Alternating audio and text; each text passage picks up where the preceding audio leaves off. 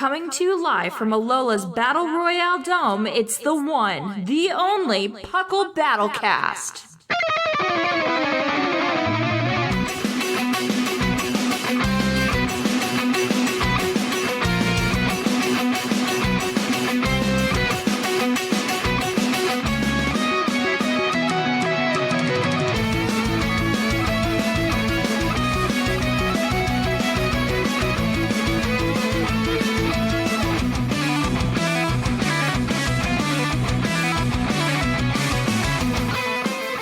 Hello and welcome to episode 49 of the Battlecast. I am your host, Seth Vila, here today with a brilliant mind because he's the one who designed the entire topic that you've already clicked on and already have a spoiler to. So, the one, the only, Claude9 is here joining me today. Oh, hello everyone. How is it going today? I'm sure they all answered the question at their car radio. I know, I realized that. I'm not going to get any response back. Well, my day is good. I had this little rhyme that I was going to do to introduce you, but I definitely forgot all of it by the time that I got home today. So, what was it? Try your best. Remember. I don't know it. Like I know I was referencing his name is Claude. He's the PUCL Draft God, and you're going to be hurting, like the thing from Dragon Ball Z Abridged. I don't remember. It was something along those lines. The name's Raccoon. Along that. Oh my, I love it. I wish you remembered it now. I know. I think that's about what it was. It was really lame, and I didn't put much thought to it because then work took off. But oh well. We're talking Pokemon now, that's for sure. So what have you been up to, Claude? Oh, I've been doing way too much Draft League stuff. I over-committed myself to a bunch of leagues, and now I'm just having to, play I have 6 or 7 matches. I have 6 or 7 matches this week, and it's just a lot. Oh my goodness. Good on you, though. I mean, you're getting the ability to do what's fun. I mean, yeah. I'm having fun, and that's really what matters. It's just, I just get to put in less prep than I want to into all these matches. Yep. Oh, well, it's the price we pay for just that sheer amount of what we want. Well, yeah, but, some of them are fun. I have a monotype match, right after we record this, and I'm always pumped about that every week. It's a nice break between, all right, standard, ooh, fun. Uh-huh. Are you set on a monotype team? Is your type set? Oh, yeah, I'm monobug for this. Monobug, okay. Yeah, last time I was there, I went through everybody with monopoison, and wow, I went to my next team, so next up is bug. Wow, that's really fun. Are you having fun? What's your MVP? I'm curious. So I've only done 1 week, and I had a Scolipede go, I think, 4 or 5 kills week 1. Wow, so, nicely done. I mean, yeah. It is what it is. It's Scolipede doing Scolipede things. Exactly. It has a set kind of thing that it does, and it does it well. Well, cool. Very cool. Well, I'm a little bit of a traitor to the Battlecast. I mentioned it this week on the main show, but I am going to Salt Lake City for the first TCG tournament in a long time. That's so cool. Yeah, I'm really pumped. I've been practicing a lot with this deck that I've been doing. I mentioned it Monday, the Mew and Leafeon combination. It works sometimes, most of the time, actually. Did you win your other tournament that you were in last weekend? I didn't win it. I came in, of 300 people, 109th place. But my secondary goal was accomplished, which was showing up on the Limitless tournament stat page without having to click Show All Players. So I'm there. Okay. If you go to the Celio list. Yep. I got 109th out of 300. So that's better than average. How many games did you play? I ended up, there were 9 total. And you mathematically went 5-4. You had to, no. After my 3rd loss, I dropped out because mathematically I couldn't get into Top Cut with the points I could have earned. So I you just stopped dropped out at what, 4 and 3 losses. 3 and 3. 3 and 3, yeah. Yep. One of those losses I just severely misplayed, and that's just because I'm still learning the deck a little bit, and I could have done a lot of different things that would have turned that turn around and let me win, but that was on me. I'm still learning, so that's why we practice. Exactly. So that I think you'll do better I don't at feel the bad blowing a plane ticket. Exactly. I'll do tons better by then. I'll get tons of more practice in by then. But yeah, that's what I've been up to. I'm a little bit of a traitor to the Battlecast this month, folks. I apologize. But you are still battling Pokemon, and that's what matters. Exactly. And go ahead and call me a dirty Mew VMAX player. That's me. I'm a terrible person. Yes. It's me. I'm the worst. Is anyone surprised? No. I'm the guy who also plays semi-stall, so, like, come at me. I could be much worse. Yes. Yes. With that, though, before Claude completely decides to back out of recording this episode with me, let us move on to tier time. We will be right back. And now it's time to see the results of this month's Blood, Sweat, and Tearing. And welcome back to tier time. We're going to start from the top like we most of the time always do. And it's Ubers. Nothing new. I am sorry, guys. I'm not much into the Ubers meta very moment, and I don't think it's changed all that much. However, there is one little trend that's happening with a team I saw that was being discussed in the forums, and that is running Lunala with 3 attacks and Hypnosis on a gravity-centered team. Oh. Because, yeah, in gravity, Hypnosis is 100%. Yeah. You got it. And it kind of inspired something that we'll talk about later in the episode, but we'll get there when we get there. And yeah, so, you know, gravity and weird things like that can pop up in Ubers where everything's allowed in a sense. So always keep your eyes open. Mm-hmm. There's not really a trend, but it's just kind of here's a flavor of the week. Huh. That's a nifty one. Yeah. Moving along, though, and since that one was so short, I'll go ahead and tackle OU as well. There are no bans or suspect tests or anything like that. So here's a couple things that have just kind of happened in the last month. Landorus is slipping just a little bit. Just a little tiny bit. It's still, you know, upwards of 45% usage because it's just a lot of roll compression Only and everything. 45%? I thought it was over 50. Yeah, I know, right? Nah, I think it's about 45 last I checked, but that might be me looking at like the 1825 as opposed to the whole stats or something like that. I don't know. But it is... people are mixed on it. And it is still, of course, running specially defensive because that's what you do now with your Landos. So other than that, they made a couple changes to the viability ranks for OU, which was kind of interesting. One of them was that Ferrothorn has hopped up into the S ranks, bringing the family of S-rank Pokemon here in OU to Landorus, Ferrothorn, Heatran, and Weavile. That is the S-rank family. I like how Weavile's getting love this generation. Oh my goodness, it's getting so much love. It's essentially just shoving out all of the other Ice and Dark types that could be OU because of how good it is. Well, I mean, it's a Weavile. Yeah, it's no Sneasler, but it's a Weavile. It's better than Sneasler. It's got a priority move, so that alone puts it up there. It's better than Sneasler. Did I say that? That's true. Oops. Well, we don't know. Like, when home lands, who knows? Maybe Sneasler will have Sneasler will have it added to its moveset. We don't know the transfer set until it actually happens, if it does. But who knows? Maybe those things will never reach Sword and Shield, and they'll just go straight into Scarlet and Violet, because we have seen Hisui and Zoroark in that. Yep. So we know there's some compatibility. Yeah. We just don't know what. Exactly. I'm anticipating a lot of these meta changes will start to teeter off just a little bit. There won't be as many monumental changes and shifts now that we have the Scarlet and Violet announcement. So we'll see how that affects overall Smogon tiers. But I continue on. One thing that is also just completely surging now is Tornadus. As Kyurem was banned, Tornadus can rise again, and it's got a lot of sets. The Nasty Plot, of course, is around. Wait, Kyurem was banned? I missed this. Kyurem was banned, yep. Gosh. No form of Kyurem is allowed in Sword and Shield OU. I didn't think it was that good, but I guess I'm wrong. Freeze Dry, my friend. Freeze Dry, put it over the edge. But yeah, now with Kyurem out, Tornadus becomes the big one. Regenerating is amazing, as always. Utility sets are good, it can defog really well, and Assault Vest is popping off, because special defensive things are very, very good in OU, and on that note, Volcarona is kind of slipping, because everything that it usually could have countered, or not countered, but at least set up on, now is running tons of special defense. Tornadus walks in and hurricanes it, and takes nothing back thanks to the Assault Vest. Landorus can pop it because it's running pure special defensive.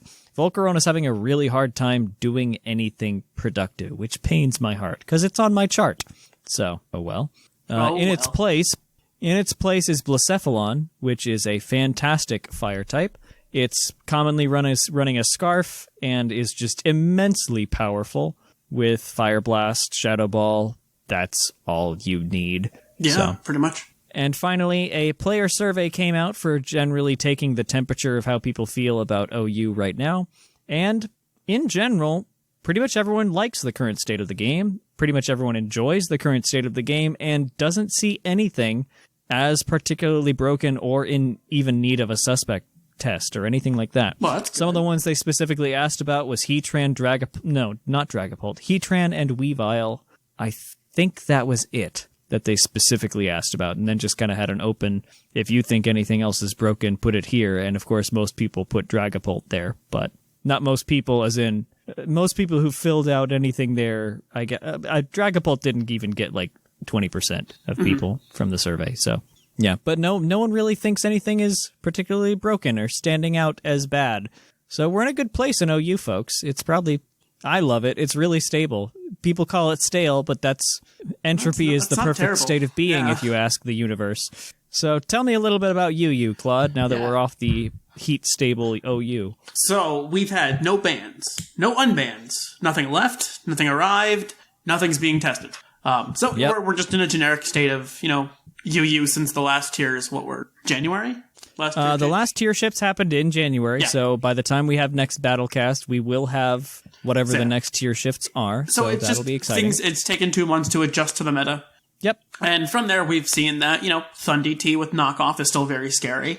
Having the electric immunity is nice. Being over 100 base speed is really, really nice. Yeah. The other mon that's seeing a lot of rise is Salamance, because it has a lot of different roles it can do. It can be utility with Intimidate. It can be a Moxie, Dragon Dance Sweeper. It can be specially based. It can get Defog. And it's great for Excadrill, which is also down here now. Oh, yeah. Yeah, very good typing against that. So it kind of, helps in that matchup. And then one of my favorites that's been doing very, very well is Zarude. I love the monkey. He's just, very good. The 105 base speed, very, very bulky, gets a lot of good, just utility-esque moves. It can set up with bulk up and jungle healing. It can, be a great scarfer with U-turns. That and with all the different, ghosts and darks and grounds that are around here, it's just really, really good. Hence, reason why Salamance is also doing very well, because it kind of walls the root. Just a little bit. But, the other mods that have really shown up here in Yo-Yo have been Aegislash and Slowking. So, that regenerator type mods are really doing well. And, Aegislash is Aegislash. One wrong misstep and you lose. Yep. And that's I still am floored by that. That is crazy to me that Aegislash is down after being uber. I'm just still, goodness. It's so funny to me how the little change they made, or they did two. Yeah. Like they nerfed King Shield a little bit, and they took away some of its defenses. I think. Yep. Like they dropped, and that's all it took for it to go from overpowered to it's okay.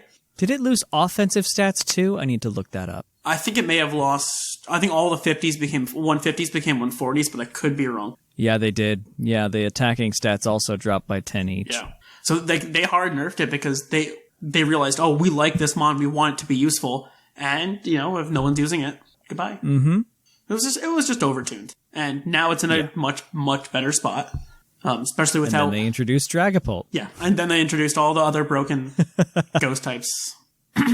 And made it so knockoff is a move that you can't avoid anymore with no Zs or Megas. So that's another reason I think it dropped, really. Yeah. Well, I mean, it still gave full power when you're holding a Z Crystal, I thought. Yeah. Yeah, it did, but it wasn't like on everything because it wasn't always going to knock something. Correct. Now with it always being guaranteed to slap an item off but unless a lot you're of Pokemon a lost Gastrodon. knockoff this generation. I mean, sort of. In a restricted meta, yes. But in Smogon's format, where if it ever learned the move, you can carry it over, then you're fine. Well, to some extent, but yes. Yeah, I mean, look at Clefable and Softboiled as an example. But you can get that set in Swish, though, if you want. Not Softboiled. That's a tutor move from, Gen 3. I thought you could still bring it over. It wouldn't be You can still ready. bring it over. Yeah, it wouldn't be battle ready for official. Yeah. No, but that's the difference. Like, you battle can't bring something that has hidden power over. It will lose the hidden power. Oh, yeah. Whereas Got you Clefable there. has soft-boiled. You can bring it over. It would still have soft-boiled. It just isn't battle ready. Right. Yep. That's the I think difference we're I on the was trying same to page make. now. But yeah. Yeah, Okay. but I mean, that's pretty much it for Yu-Yu. It's a good time. Yeah. All right. We'll hop down to RU then. Much like before, no bans, unbans, and no suspect test. So pretty boring, pretty good into the tier shift. We'll see what happens next month. Obstagoon continues to be the absolute best wall breaker in the tier because it only misses out on 2-hit KOs on Galarian Weezing and specifically Coppleberry Cobalion. Choppleberry. Yeah. You have to have the Coppleberry or else close combat will pop you. So, Yep. yeah, it's insane. It's absolutely crazy. And the reason it misses Galarian Weezing, I'm guessing, is neutralizing gas gets rid of the guts bonus. Yeah, 100% it does. Yep. Anyway, on from there, run your Obstagoons, folks. It's terrifying, and if you don't run Obstagoon, run Galarian Weezing, which is also part of the reason why Vileplume has kind of just dropped off the radar, because Weezing is needed for Obstagoon. Yep. Other than that, though, another rising star is Registeel for having an amazing defensive just ability and stats and move pool for it. It's one of the few Togekiss answers in the tier, thanks to its just natural bulk and air slash resistance, and it can set rocks and toxic things that you don't like in front of it. Yeah, but you can't resist a flinch. You can't, but you can make it burn through all of its power points, that's for sure. That's the fun part. Yeah.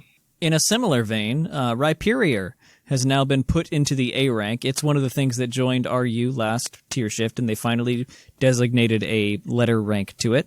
And it's A rank because it's another rocker, it's yet another Togekiss answer, an electric absorber, and just with solid rock is incredibly bulky and can trade really well with things that are in front of it. And stab edgequake coverage is really hard to switch into. Not many things resist that particular offensive combination. The things that come to mind are Levitate Bronzong specifically, and grass fighting types, of which there are now a couple more thanks to Hisui. But that's the only typing I can think of off the top of my head that resists ground rock coverage. Yes. I'm sure there's maybe one other, and it may even not have a Pokemon in it, but we'll not waste time on it, because that's the important part. Yeah, you need to other be than that, fighting plus to resist. Fighting yeah, bug. fighting and then... No, fighting bug. bug? Fighting and anything that resists. No, because bug's weak to rock, yeah. Ground. The problem is that there's just not a whole lot that resists ground specifically. It's either bug, grass, or floating. So, yeah. You need to be a floating mon, really. Yeah. If only Aegislash got Levitate. Nope. The world would be different. And Mega Pinsir wouldn't be a problem. Oh well. Anyway, moving on. What? Guzzlord is a thing that's really, really, really surging here because Celebi is on the rise, as well as Chandelure being countered by it, and Electrics in general.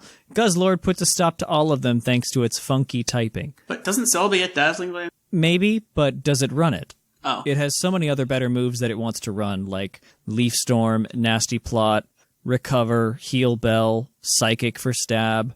Fair enough. It's got so many different options that Dazzling Gleam may not make it onto sets. Unless, hypothetically, Guzzlord completely surges over the meta, which it kind of is starting to do. Obstagoon already is surging over the meta. So... Exactly. So, meh. Other than that, Reuniclus has kind of dropped off. It's been S rank there for a long time. It even had its own suspect test, wherein it failed to get banned. So, the meta adapted, and players have adapted, and Reuniclus has seen far better days.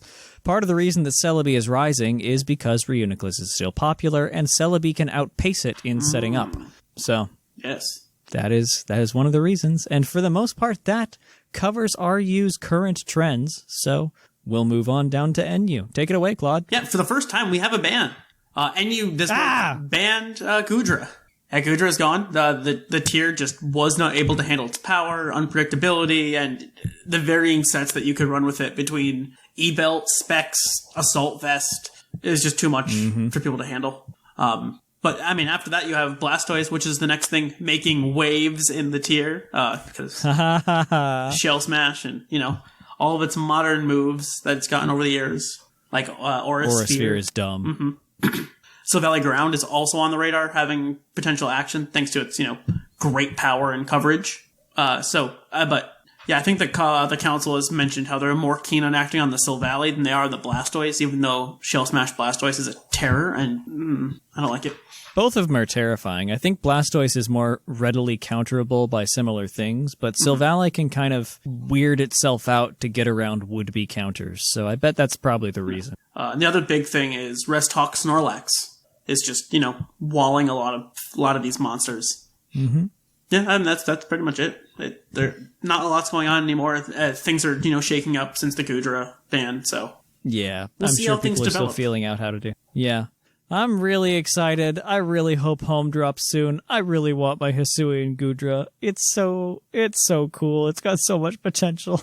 It's going to start in OU and then slowly drop down. Oh, yeah, I know, and I'm going to use it in OU. I've already got like 3 teams with it. Of course, they're all semi-stall because it's me, but I've already got like a bunch of it. It's going to be great. I don't know. I think even when home drops, we're going to see like some time to figure out exactly what it might be the Mons without the new moves. Or like just because a lot of those moves we don't know what they do in a real battle. Exactly, yeah. Because a lot of them is like, oh, you're now obscured. Yeah, Or- like what is obscured?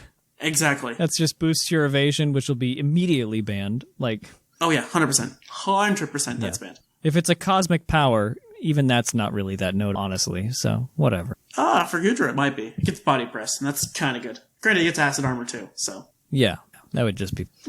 But let's go to PU. Anyway, yeah, let's hit PU. There is currently a suspect test going on, but I apologize, dear listener, you are not able to join it because that suspect test ended point accrual on March 6th, and voting is due by March 10th, which is when this episode is already out. So sometime, quote-unquote, today, we'll find out if Espeon is banned in PU. In general, the feelings in the forums tend to be really mixed on Espeon. Some people don't think it's overbearing pretty much at all.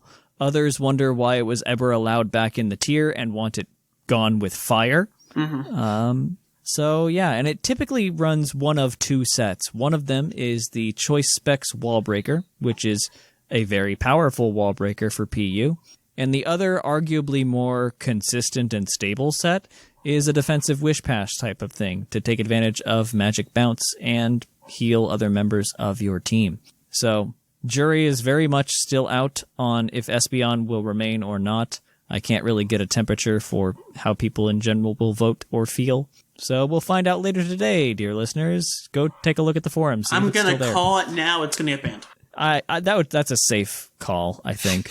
It's very rare that things are suspect tested and don't make it in what I've seen. Reuniclus is one of them. That was a rarity or an oddity.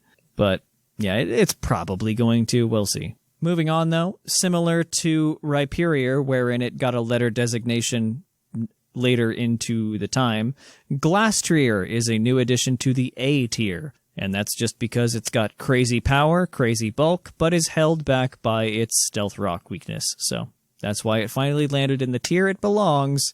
The legend that Calyrex rides is PU. a PU mon. Granted, Calyrex himself is like hot dog water. Calyrex is weird because it's nerfed by design in the store. Its base stat total is even really low compared to Legends, so it makes sense. But poor Glasstree, like, dude, come on. The disparity between Glasstree and Spectrier is just mind-boggling. And it baffles me how, like, just Glasstree to Ice or to Calyrex Ice Rider is a massive jump. Yeah. So, anyway. Yeah. Moving on, though, Ninjask, similarly, is also A tier, or finally given a letter designation. It's the best U-turner in the tier by far, and is a much appreciated pivot that the tier kind of wanted. With its natural speed, you can afford to run Adamant and really hurt things with a U-turn when you manage to get in. You're probably tied to wearing shoes. Like, you have to have heavy-duty boots because it's double weak to rocks. 100%. Yeah, it's pretty good. Pretty good little cicada. Right in time for, I think it was last year that was the 17-year cycle. I don't remember.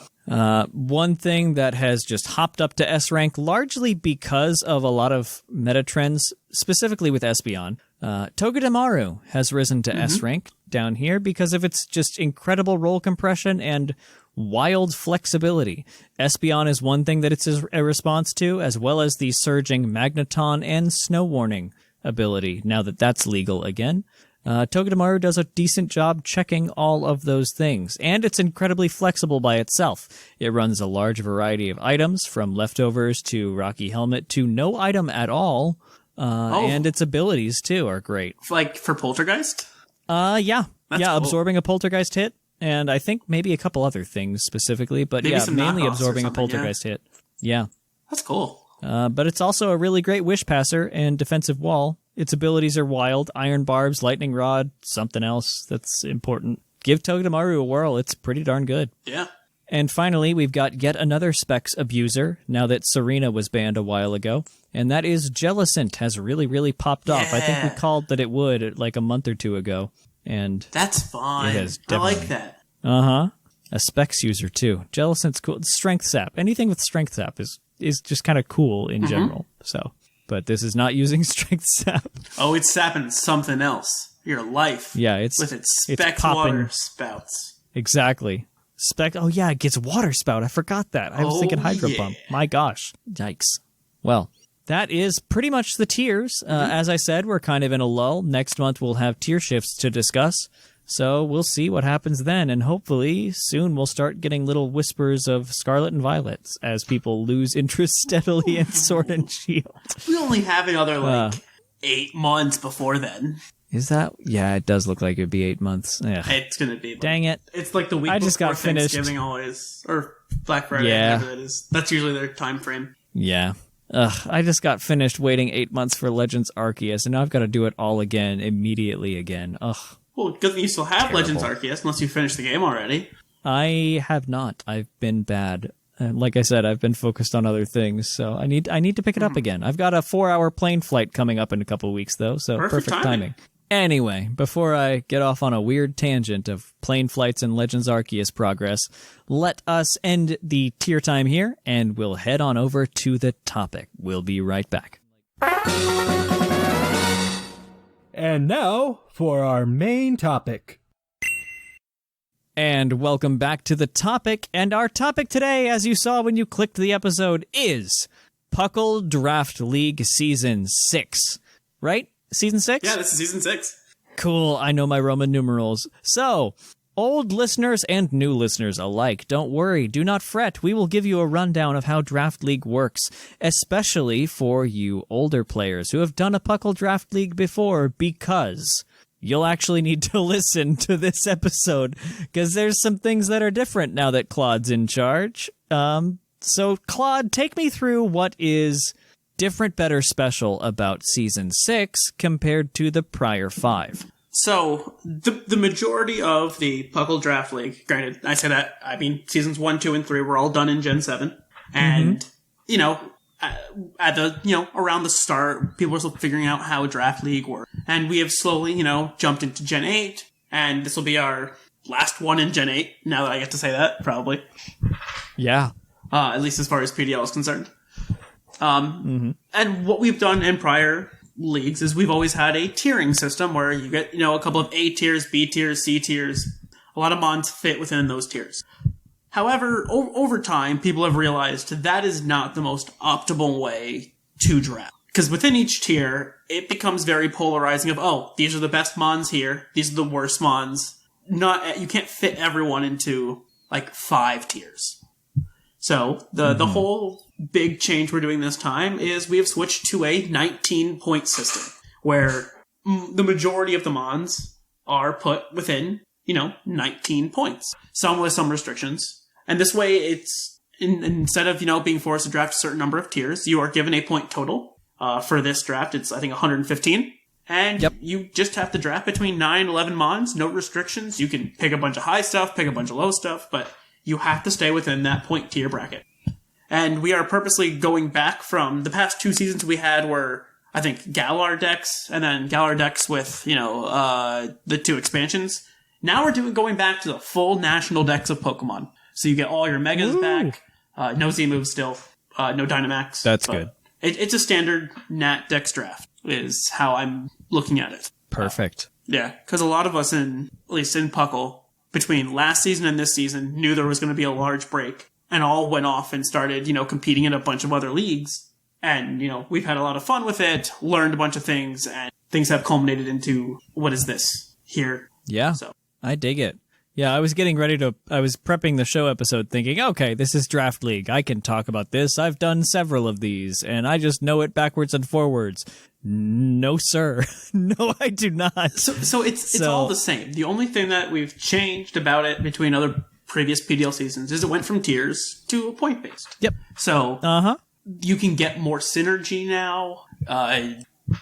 There's a lot more you can do with it. We're just kind of like opening up the reins for anyone to come in and have. Mm-hmm. Yeah, for sure. I'm looking at the 1 point things right now because I was curious. Oh yeah, there's hidden things everywhere. Yeah.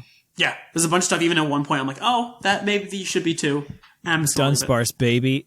Well, there's a couple other ones that I see that I'm like, you should probably be 2 points. Yeah, you're a little strong for 1, and then I'm just gonna see what happens. Yeah. I mean, Mega Sableye, for instance, is like, unlike other draft tiers when we had Megas back in Gen 7, all the Megas were right in the front and they cost the most. This is very different. Like, he mentioned that a couple of them are worth 19 points. Some of the Megas are not. Yeah. The highest Mega is actually 18. Yeah. Yeah, I mean, like, but that's the point, though, is where before it would be like, all right, this costs you 104, like, this costs you 40 points to draft this Mega, or anyone within this tier. Like, this is just a standard Mega. But that leaves it to be like, that takes away some of the, like, fun of it, I guess. Or, like, yeah. Because at that point, it's like, oh, you're looking through all of, like, the things that cost 40 points and more, and it's like, all right, why is Charizard Y in there? That's obviously the worst one of this. Yep. Why would I purposely draft that when I can draft, Mega Gallade, who is just strictly better, but costs the same? It really kind of, it reflects how good things are without artificially making it just kind of based on points. I really like it. I really like this. I'm glad that y'all got a lot of experience with a bunch of other places, and can bring that back into PUCL for their draft league. That's what we've been doing for a lot of things. Even some of the tournaments that we've seen, we saw an idea somewhere else. I'm like, oh, let's try that here. Why is Dracovish on this list? What? So normally, and Dracovish is one of the few exceptions I'll talk about. Where did I put it? 14. It's at 14? It's at 14. Yeah, that's fine.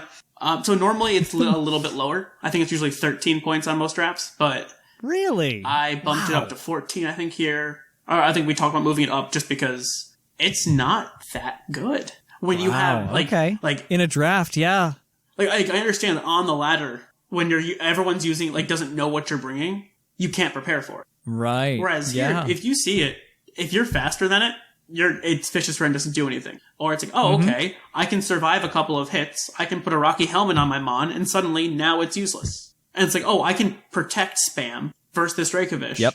Now its power is half. It can't kill me, and now it's taking Rocky Helmet or something like that. Like, there are a lot of ways to counter Dracovish. Same with Darmanitan.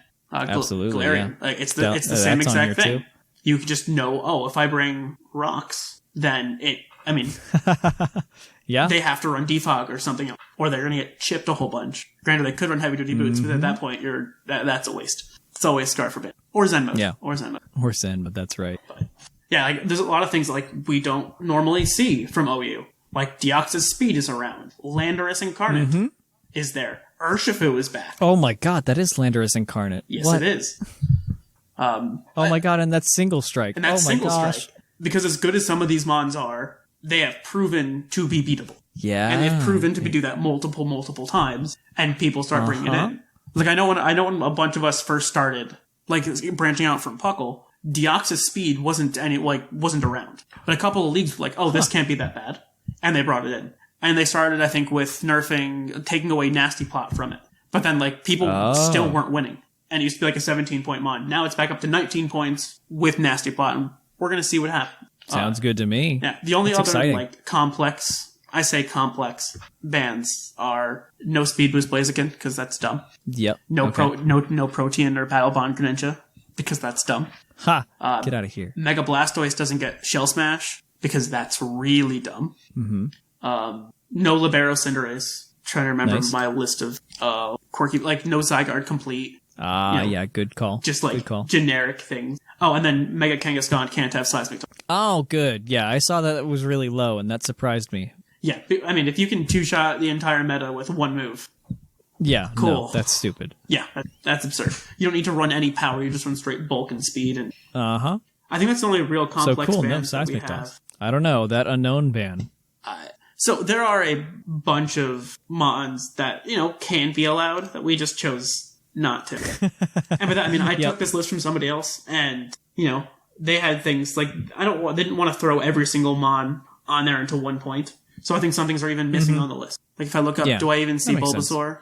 No, Bulbasaur's not even on the list because why would you take Bulbasaur when Ivysaur's there? Yeah, exactly. Like it's also like it's also just like compression down. If there has been a reason to have them on, sure, but we're not throwing everything there, and this should encompass 90% of what people want. Yeah, I definitely. I'm trying to think of any like yes, a couple of the first form starters may not be there. The only one that matters would be like Grookey, and I'm sure Grookey is somewhere. If not, I will have to add Grookey because it's Grookey. I know Sigma will go for it immediately. Well, there's a Thwacky too. There's a whole last Thwacky. Yep. I don't see Grookey. I guess I'll fucking. I don't see it either. Oh well. All right. Regardless, I mean, that's an easy one. Another cool couple interesting things that make it a little bit different than what I know and what many of the listeners will probably know. The OU and everything that we're used to right now has completely banned the move Baton Pass.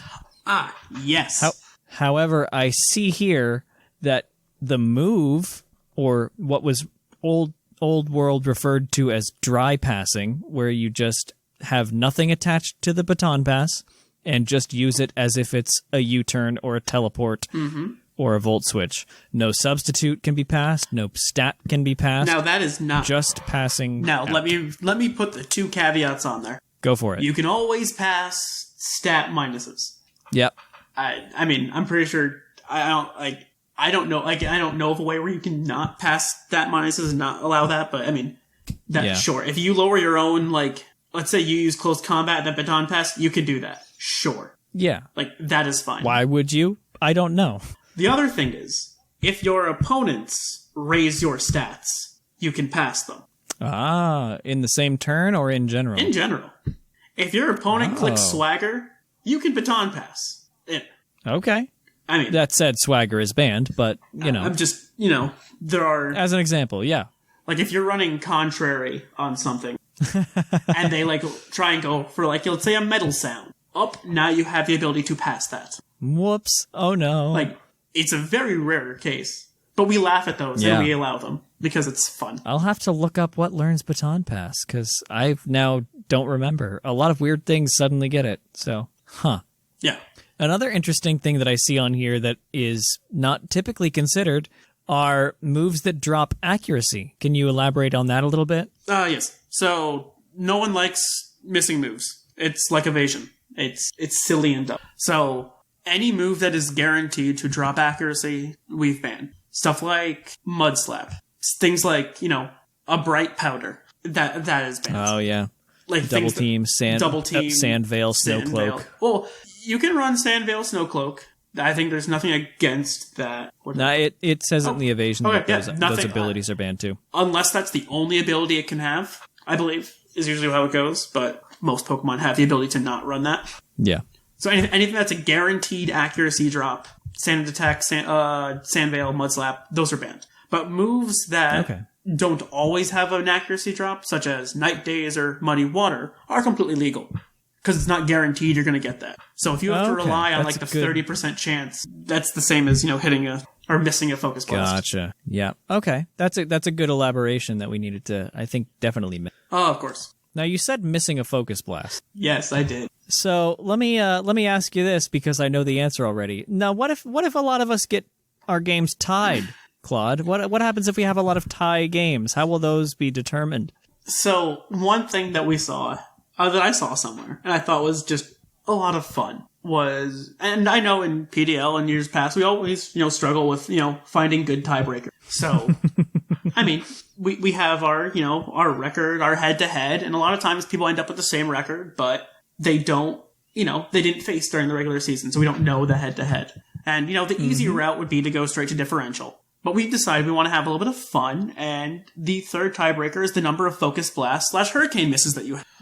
Because we're going to reward bad RNG. So the more misses that you have, the better. Granted, you're also, like, sacrificing your wins or potential more likely to lose. Exactly. So we're having fun with that this season. I love that.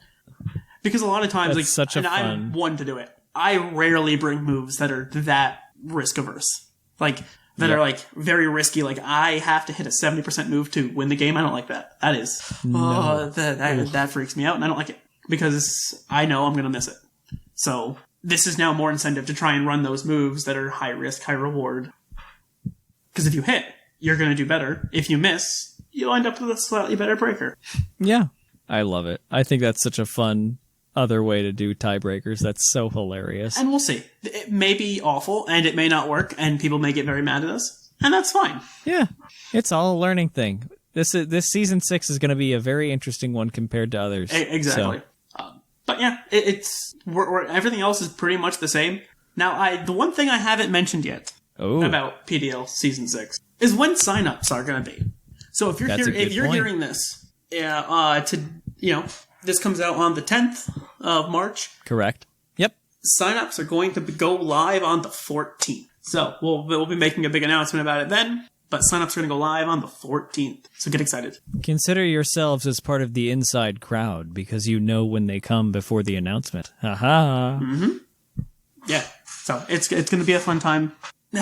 Anything else you want to know about PDL or Draft League? I want to know, like, in your experience or just looking at your lists, I want you to throw out one little freebie to the Battlecast listeners. What is a sleeper Pokemon pick that you think is really good for its point value? All right, and I'm going to exclude anything that's above 10 points because they're above 10 points. Yeah. And they're...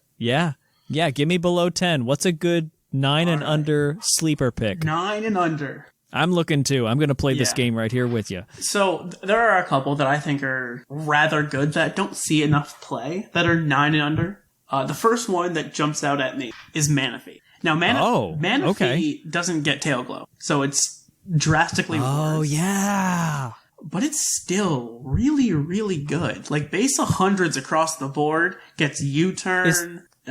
Is that doesn't get Tail Glow still applicable here? Because even though it's Nat Dex, is that still... Are we still using Swish move restrictions? Yeah. So that move is not in Generation 8. Tail Glow. Got it. So that's how National Dex works is, we have no hidden power because that's not in the game, besides Unknown.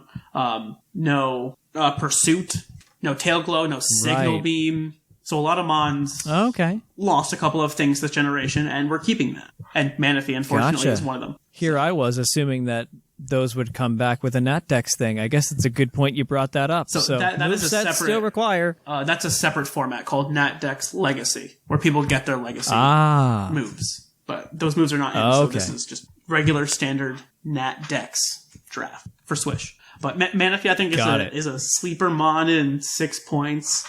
9 points. That's 9 points. I'll jump down a couple of tiers. Stunfisk at 6 is really good. Honestly, yeah. Every time I see it, Shamu goes crazy for it. Every time I see it, it's incredibly good.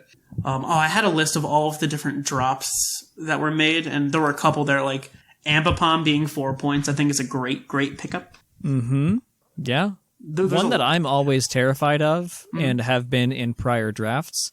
And this might be a little bit different without Hidden Power Fire, just kind of bolstering its moveset. Yan Mega is absolutely terrifying because you don't know what it's going to do, if it's Speed Boost and can sweep you that way, or Tinted Lens and your walls don't work. So Yan Mega's always been like that. Unfortunately, it ends up with the I have to wear heavy-duty boots syndrome. Yep. It's unfortunate that, hazards are very prevalent in the meta, especially rocks, because it forces Pokemon to have to wear those items. Yeah. Like that is Mons like Moltres were never as good before because they didn't have that item, but now they have to, which then makes knockoff much better versus a team. So, yes, it can still run the same sets. It's just not nearly as strong as it wants to. Mm-hmm. Very fair.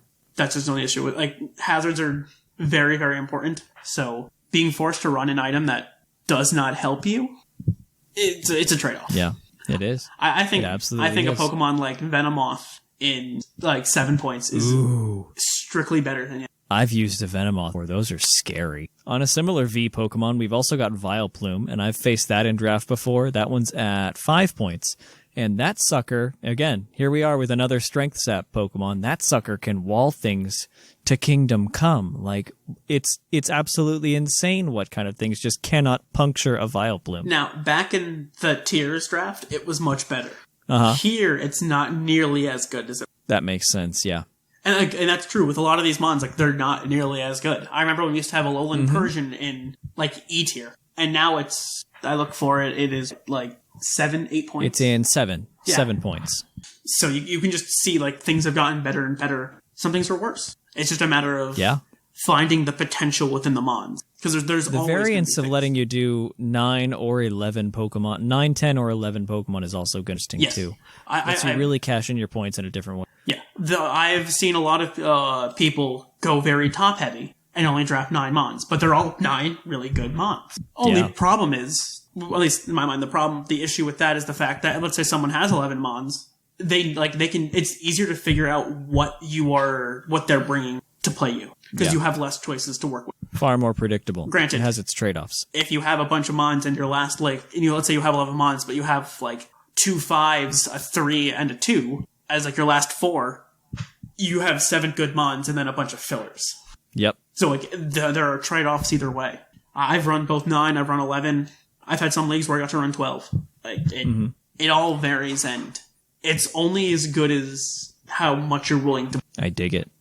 I think this season's going to be a lot of fun because we have a lot of people that have done very well outside of PUCL that are now going to be able to come back and, fight. Yeah. I am incredibly excited for this. Yeah. This is starting to get my brain flowing, and, I can use precious babies like Gliscor to its maximum effect. Gliscor's a great mon. For a long time. It's on my chart. It's one of my favorites. Mm-hmm. My favorite Pokemon is Poison Heal. I know Linian will yell at me, but I'm really excited. This is really fun looking. Yeah.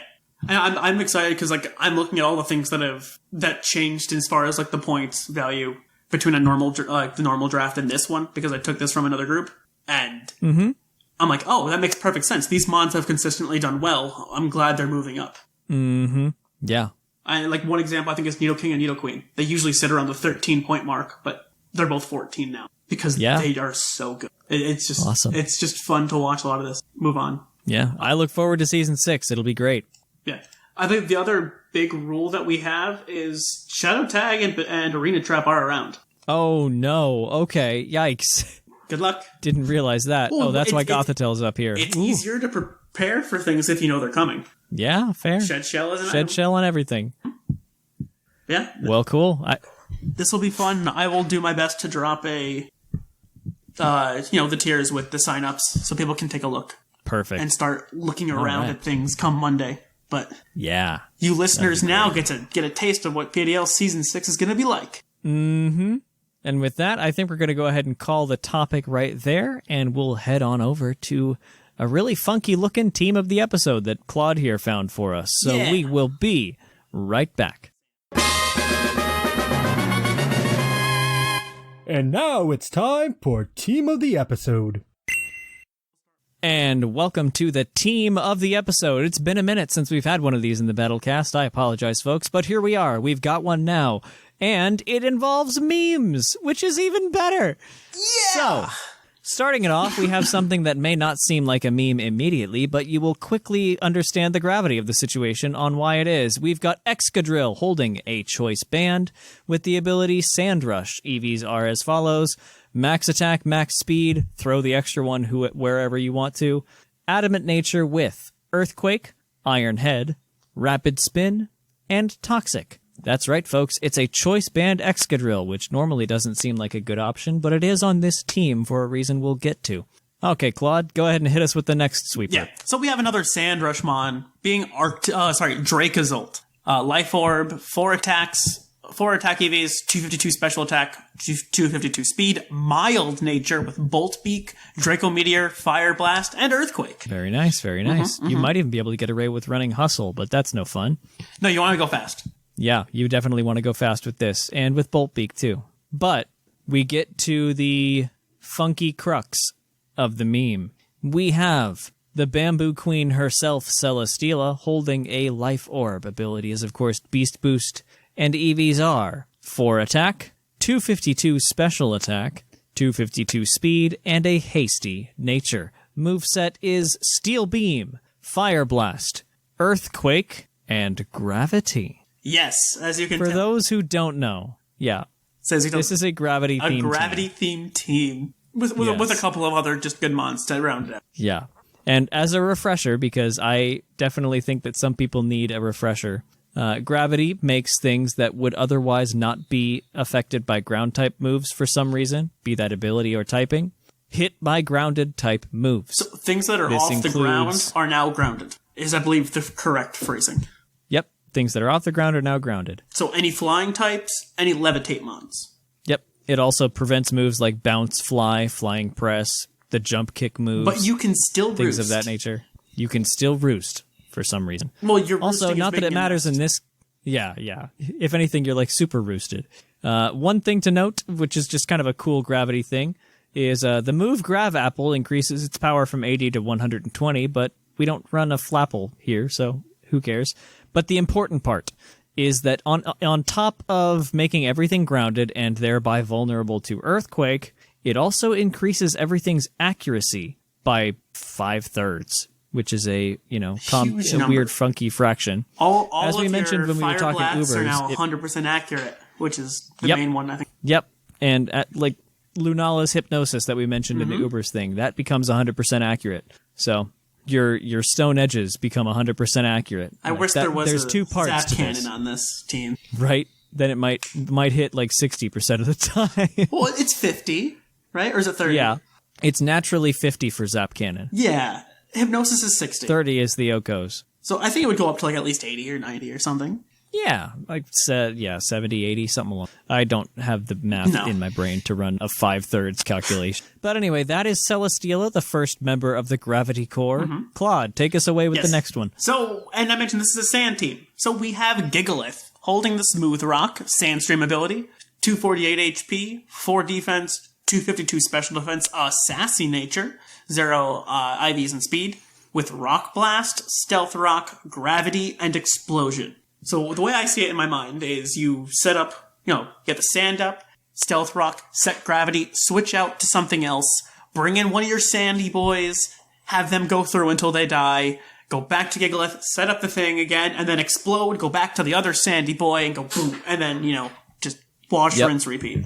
Exactly. I love it. Sets the field correctly, and then when you do it later, explodes, doing a lot of damage, but more importantly, clearing the field so you don't waste a turn switching. Up next, we've got just a little bit of a defensive core to round it out. We have Buzzwole holding a Life Orb. Defensive core, ability yes. Beast Boost. A defensive core. Buzzwole's defense stat is stupid, and its typing is also stupid. So it kind of rounds that out. Anyway, it's got 252 attack, 4 defense, and 252 speed with an adamant nature. Moveset is Close Combat, Ice Punch, Poison Jab, and Roost.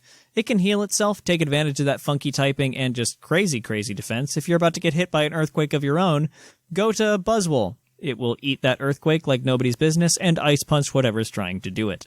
Pretty much. And the true defensive member of the team is Slowbro. With a Rocky Helmet, Regenerator ability, 252 HP, 128 defense, 128 special defense, Relax Nature, 0 attack and speed IVs, with Future Sight, Scald, Slack Off, and Teleport. So you can maneuver on around to get your boys back in. Teleport is fantastic on this team because it guarantees safe switch into something. Exactly. Not much is slower than the Slowbro. Exactly. Well, also Teleport has negative priority. Yes, but if other teleport mons try and teleport, theirs going to go first. Gotcha. If the Arcanine in front of you tries to teleport out, you're going to teleport last. You win. All right, so that is the team for you. That brings it all the way back up. We've got Choice Band, Excadrill, and Dracozolt with a Life Orb just ruining things because of gravity. So it's fun. It's a little meme. You can take this on the regular OU ladder. Again, this is standard Gen 8 OU, legal, so go for it there. And have a good old time. Yeah. And with that, that has been the 49th episode of the Battlecast. It's been a great one. If you like what you hear, there's other Puckly goodness you can acquire from other places. For instance, the main show happens every Monday on the Puckle feed. You're listening to us here on the Puckle Plus feed, so go take a gander at the regular Puckle feed for some general goodness every single Monday. Other than that, here on the Plus feed, while you're here, take a glance at the TCG cast that also happens here, and the Game Corner and Trivia Rewind segments.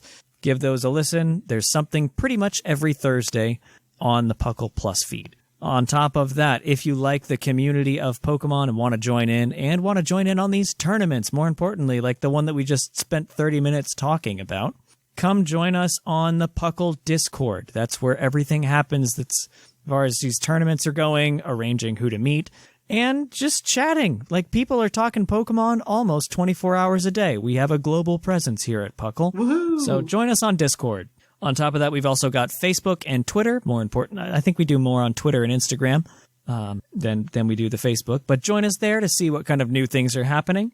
We've got Patreon as well, if you would like to support us a little bit more directly and make it so our voices can get to your ears in a nice way instead of a weird, bad, crummy mic kind of way. Yeah, that came out eloquently. That's good enough. Mike can't fix me stumbling over words, but it can certainly make them sound a lot butterier. Butter. Have you ever tried butter in coffee? No. It's really good. I don't drink coffee. You should drink buttered coffee. It's I lovely. would rather not. You should also drink mushrooms in your coffee. That's lovely too. So, you mentioned coffee, which is the issue I have right now. Anyway, that is the 49th episode of the Battlecast. Thank you so much for listening. I look forward to seeing all of you guys listening sign up on the 14th for the Draft League. It's going to be a grand old time. And Claude, thank you for joining me and giving us a rundown of your baby. Yeah, let's go with that. Yep. And until next time, and hoping that home will land sometime before next episode, I have been Seth Vilo. I've been Claude 9. And we'll catch you guys next month.